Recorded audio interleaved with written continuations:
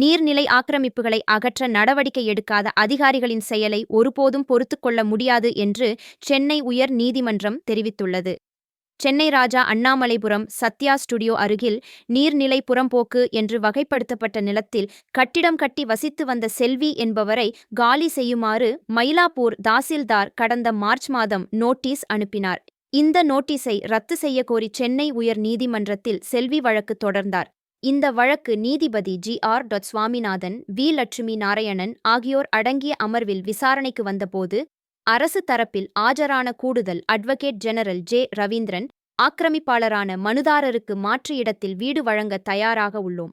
அதற்கு குடும்ப உறுப்பினர்கள் பயோமெட்ரிக் பதிவுகளை வழங்கி இடத்தை காலி செய்தால் உடனடியாக புதிய வீட்டிற்கான சாவி ஒப்படைக்கப்படும் என்று தெரிவித்தார்.